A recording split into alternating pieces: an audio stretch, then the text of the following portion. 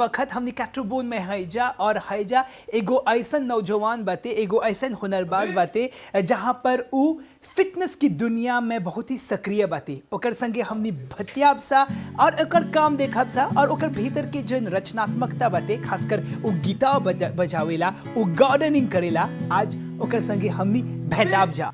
तुम्हें जो है मांगा तो दिल ये हाजिर हो गया, तुमको मना मंजिर और मुसाफिर हो गया। तुमने जो है मांगा तो दिल ये हाजिर हो गया, तुमको मना मंजिर और मुसाफिर हो गया। लो सफर शुरू हो गया, हम सफर तू हो गया। लो सफर शुरू हो गया, मेरा हम सफर तू हो गया।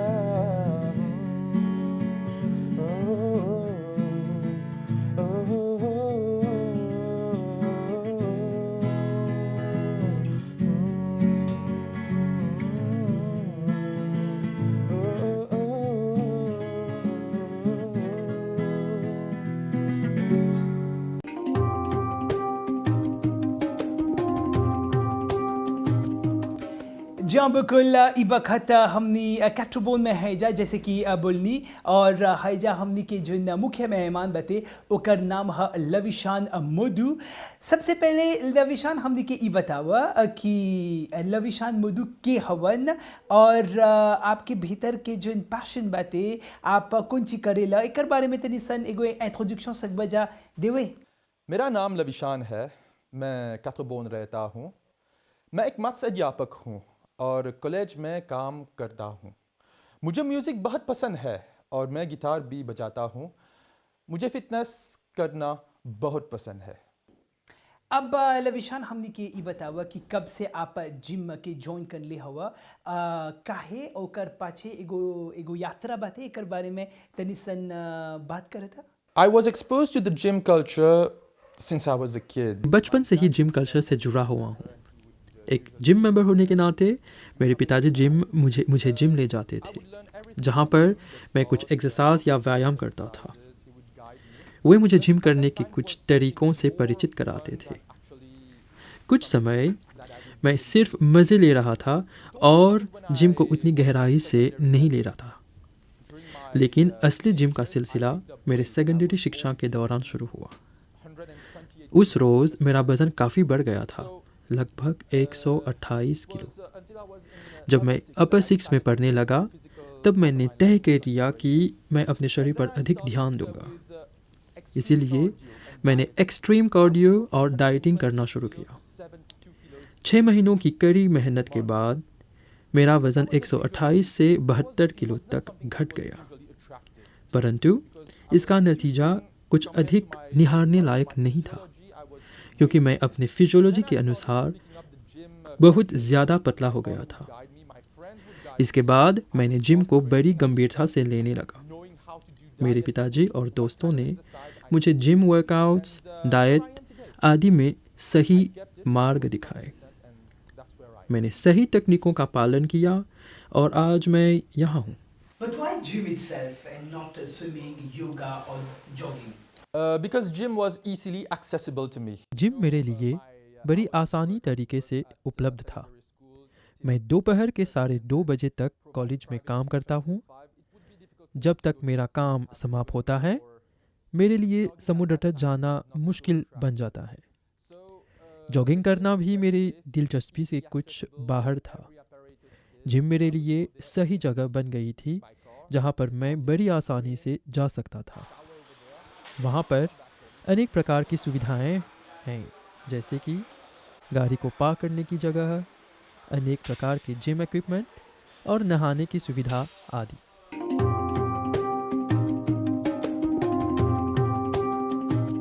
Mon garçon, Amrish, mais comment mon grandi li, मैं अपने बेटे पर बहुत गर्व करता हूँ।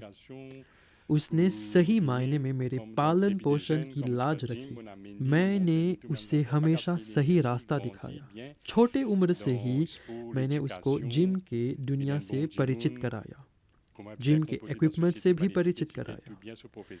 उसकी आध्यात्मिक और नैतिक शिक्षा से वह एक नेक आदमी बन गया। वह अपने छात्रों के लिए एक प्रेरणा होने के साथ साथ समाज में भी एक इज्जतदार आदमी है। जीवन से जुड़े जो भी शिक्षा मैंने उसे दी है, उसने अच्छी तरह से मेरी बातों को लागू किया।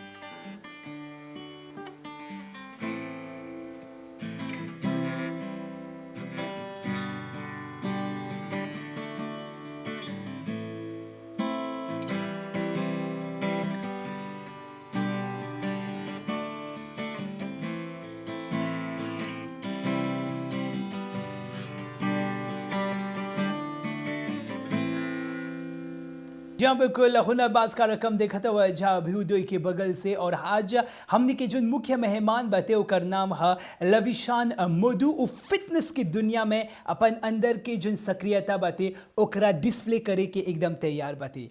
अब लविशान हमने के ई बतावा कि आप के अनुसार स्ट्रेचिंग काहे पोता बाते, काहे कि जब हमनी एगो प्री वर्कआउट या फिर पोस्ट वर्कआउट करीला सा बकेर एकर अगारीवे से या फिर ओकर बाद में स्ट्रेचिंग काहे पोता बाते?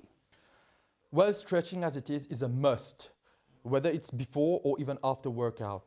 स्ट्रेचिंग करना अति आवश्यक है, चाहे यह वर्कआउट से पहले या वर्कआउट के बाद हो। देखा जाता है कि कई लोग स्ट्रेचिंग को नज़रअंदाज करते हैं और इसीलिए उन्हें चोटें भी लग सकती हैं। वर्कआउट से पहले हम इसीलिए स्ट्रेचिंग करते हैं ताकि हमारे जो मसल्स हैं, जिसे हम मांसपेशियां कहते हैं, टेंडन्स और जॉइंट्स को हम ढीले रख सकें। ऐसा करने से आप कई चोटें खाने से बच सकते हैं। इसके अतिरिक्त कुछ मसल्स मजबूत होते हैं और कुछ कमज़ोर। स्ट्रेचिंग करने से कमज़ोर मसल्स में चोट लगने की कम संभावनाएं हैं। जब हम पोस्ट वर्कआउट स्ट्रेचिंग के बारे में बात करते हैं तो यह मसल्स से जुड़े हुए दर्द को कम करने में सहायता करती है। यह रक्त प्रवाह यानी कि ब्लड सर्कुलेशन के लिए लाभदायक भी है। आध्यात्मिक या स्पिरिचुअल दृष्टि से देखा जाए तो जब आप स्ट्रेचिंग कर रहे हैं तो आपका मन और शरीर उसी भाग पर ध्यान देता है जहां पर आप इस प्रक्रिया को जारी कर रहे हैं।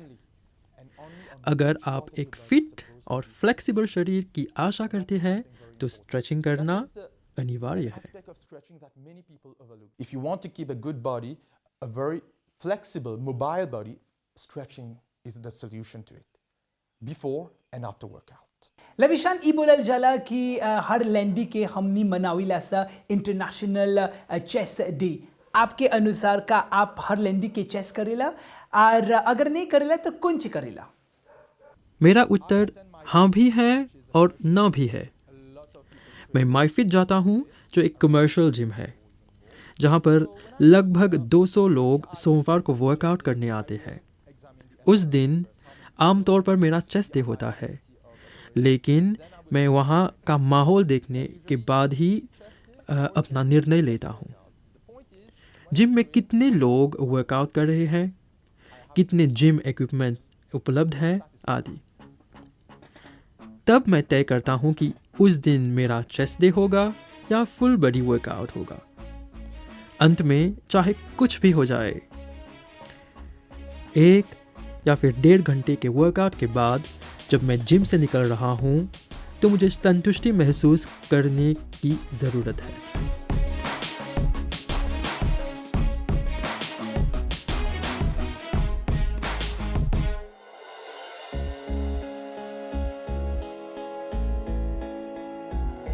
चल चल अब उठ भी जा, नस नस में तू जोश जगा, कुछ भी नहीं आसान यहाँ, अपनी राहें खुद ही बना, मेहनत कर पसीना बहा, रुकना और थकना है मना, जीतना चाहे कर तू यहाँ, कर खुद को तैयार जरा, get ready to fight. Get ready to fight. Get ready to fight. Get ready to fight. Get ready to fight.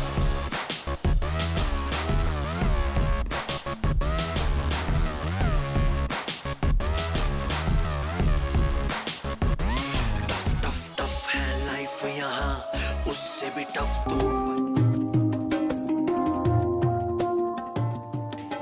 जब भी हमनी फिटनेस करेला सा त ढेर चीज इसमें आवेला, एगो फुल पैकेज बाते। त अब लविशन, अब हमनी के ई बतावा कि जब आप फिटनेस करेला, बॉडी बिल्डिंग करेला, त एगो प्रॉपर डाइट के फॉलो करे के चाहिए, अगर हाँ त काहे? Well, it is said that the body is sculpted in the kitchen, and it is true. ऐसा कहा जाता है कि जो शरीर है वह सबसे पहले रसोई में तराशा जाता है, और यह बात सही भी है। जब भी हम फिजिकल ट्रेनिंग और डाइटिंग की बात करते हैं तो 100% में से 70% डाइटिंग के लिए होता है और बाकी के 30% फिजिकल ट्रेनिंग के लिए। इससे डाइटिंग का महत्व पता चलता है। डाइट क्या है? इसका मतलब नहीं खाना नहीं होता है, बल्कि सही खाना होता है। डाइटिंग में मैक्रोन्यूट्रिएंट्स होते हैं, जैसे कि प्रोटीन, कार्ब्स, फैट आदि। आपको पता होना चाहिए कि इन मैक्रोन्यूट्रिएंट्स को किन मात्राओं में लेना चाहिए ताकि आप अपने लक्ष्य को पा सके। ये असली डाइटिंग होती है। मैंने देखा है कि कुछ लोग अपने भोजन की मात्रा को काफ़ी हद तक कम कर लेते हैं। फलस्वरूप ये लोग अपने वज़न को घटाने में सफल हो जाते हैं, परंतु इसका नतीजा कुछ ही समय के लिए होता है। इस तरह के डाइट को आप आजीवन नहीं अपना सकते। एक ऐसा पल आएगा जब आपको पहले की तरह खाने का मन होगा, और इस प्रकार आप अपने गेन्स को जल्दी से खो सकते हैं। जब हम डाइट की बात करते हैं तो हमें मैनेजमेंट ऑफ फूड इनटेक यानी कि भोजन सेवन के प्रबंधन के बारे में जानना चाहिए। आप क्या खाते हैं, किस मात्रा में खाते हैं आदि। आप अपने आप को कड़ी डाइटिंग से सीमित न करें। इसलिए कहते हैं कि डाइटिंग के लिए एक योजना यानी प्लानिंग की आवश्यकता होनी चाहिए। डाइटिंग न केवल स्पोर्ट्स से जुड़े लोगों के लिए अनिवार्य है, क्योंकि अगर हम बाज़ार में भिन्न प्रकार के प्रोसेस्ड खाने की चीज़ों को देखेंगे तो इनके सेवन से आप अवश्य मोटे हो सकते हैं। जी हाँ, बिल्कुल हुनरबाज कार्यक्रम देखा था वजह, और ई वक्त हमनी के जो मुख्य मेहमान हवन लविशान मधु और उकाटुबोन के रहेलन। अब हमने के ई बतावा लविशान कि जब भी आप अपन जिम जाला, एकर पाछे एकर अघिए से ही एगो प्रिपरेशन बाते ना, हाउ तैयारी के बारे में तनिसन हमने के बतावा था।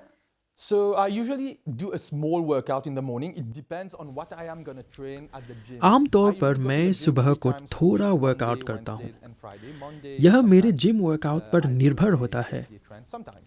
प्रायः मैं सप्ताह में 3 बार जिम जाता हूँ, सोमवार, बुधवार और शुक्रवार को। मान लिया जाए कि सोमवार को मैं जिम जा रहा हूँ। अगर मेरी योजना के अनुसार मेरा चेस्ट डे है तो मैं सुबह को चेस्ट से जुड़े हुए कोई भी वर्कआउट नहीं करूँगा। जिम जाने से पहले मुझे अपने अध्यापक से की नौकरी से जुड़े हुए कुछ कामों को निपटने पड़ते हैं। इसके बाद ही मैं शाम के लगभग 6 बजे जिम पहुंचता हूं। जिम जाने से पहले मैं कॉफ़ी का एक प्याला पीना पसंद करता हूँ जिससे मुझे वर्कआउट में शक्ति भी मिलती है। साथ ही साथ मैं कुछ नेचुरल सप्लीमेंट्स का सेवन भी करता हूँ जो मेरे शरीर के अनुकूल है। जिम की तैयारी में हमें पता होना चाहिए कि हमें अपने साथ क्या लाना चाहिए। सबसे पहले तौलिया, एक तौलिया वर्कआउट के लिए और दूसरा नहाने के लिए। दूसरा, जिम के उचित कपड़े जो आपको अच्छी मोबिलिटी दे सके। तीसरा, पीने का पानी आपके शरीर के अनुसार। मैं 1.7 लीटर का बोतल प्रयोग करता हूँ जिससे मैं हाइड्रेटेड रहता हूँ, खासकर मॉरिशस में जो एक ट्रॉपिकल टापू है। अगली चीज़, आपको एक जिम बेल्ट की ज़रूरत पड़ेगी। मैंने अक्सर देखा है कि कुछ लोग बिना किसी सुरक्षा से जिम वेट्स उठाते हैं।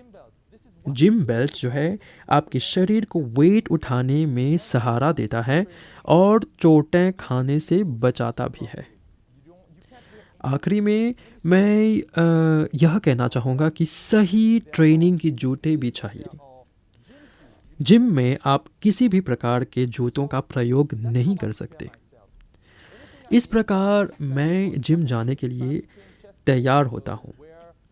अगर मैं चेस्ट की ट्रेनिंग करूँगा तो मैं ऐसे कपड़े पहनूंगा जो मेरे शरीर को काफ़ी फुल रेंज ऑफ मोशन दे सके। अगर मैं बैक या लेग्स की ट्रेनिंग करूँगा तो मैं एक कंप्रेशन पहनूंगा जो मुझे किसी भी प्रकार की चोट खाने से बचा सके।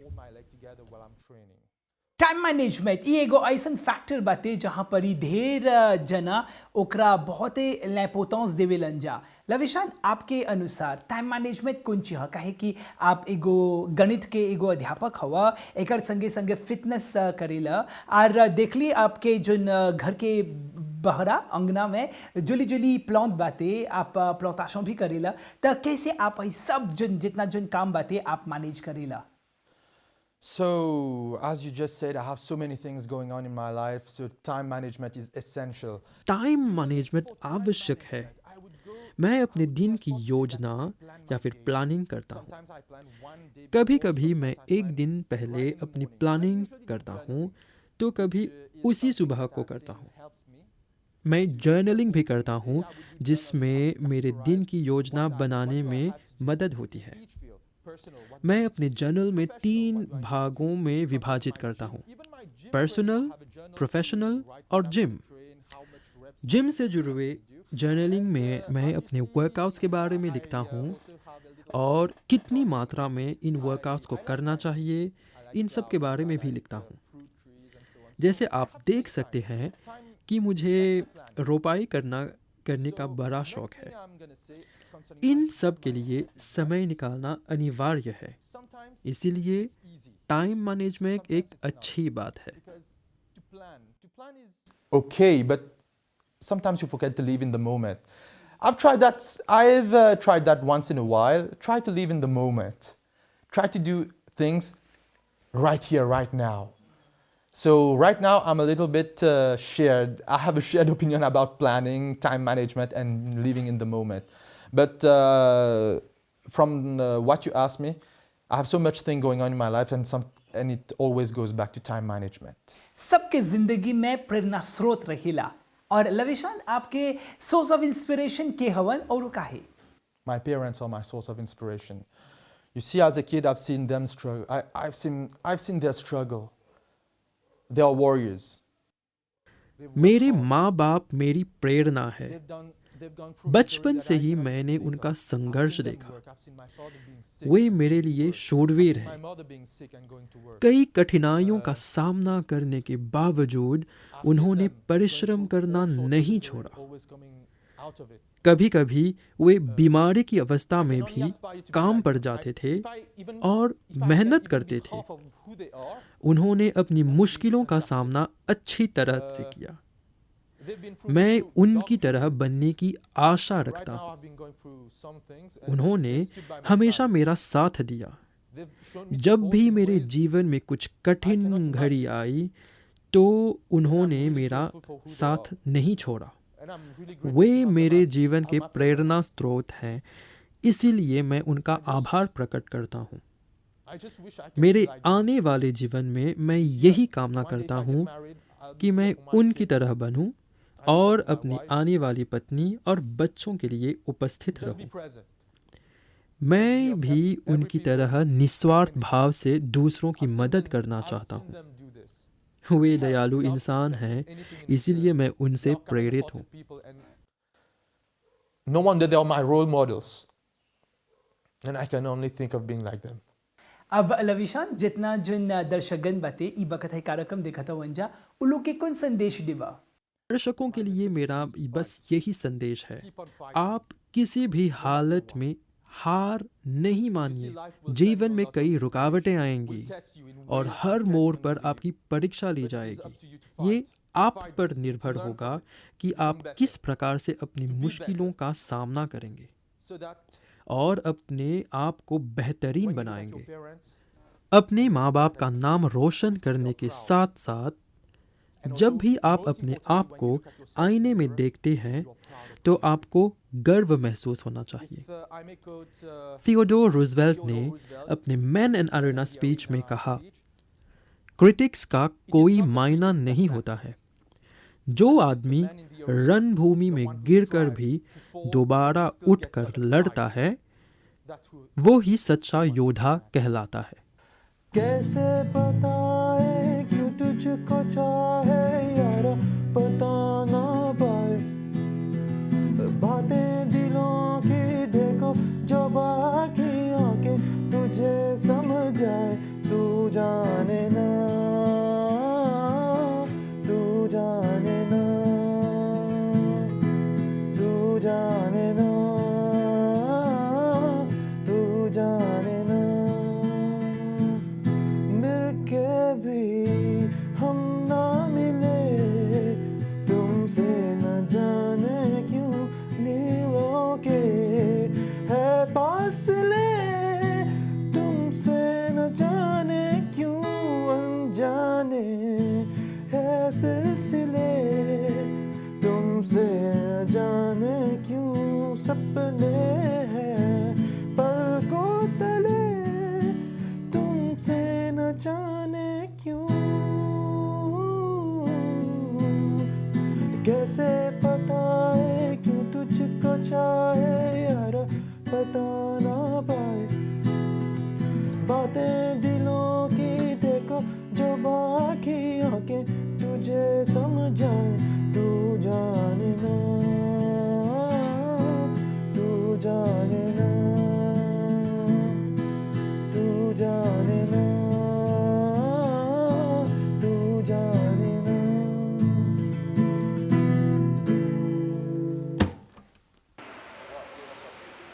जी हाँ बिल्कुल, आज लविशान मुद्दू के संगे बहुत कुछ सीखे के मौका मिलल बाटे, खासकर फिटनेस की दुनिया में फिटनेस से जुड़ल जो अहम ज्ञान बाटे एकर संगे संगे आज हमने सीख ली जा कि किस प्रकार से हमने के वर्कआउट करे के चाहिए, स्ट्रेचिंग करे के चाहिए। बहुत बहुत धन्यवाद लविशान कि आज बहुत कुछ सीखे के मौका मिलल बाटे आपके संगे, बहुत बहुत धन्यवाद। तो एक संगे हमने के हुनरबाज कार्यक्रम है जा समाप्त हुआ था। बकीर आवत बिफे के हमने एगो दूसर हुनरबाज के संगे भेटाब जा, तबले लविशान मुद्दू और अभी उदय के बगल से सब कोई के नमस्ते और प्रणाम।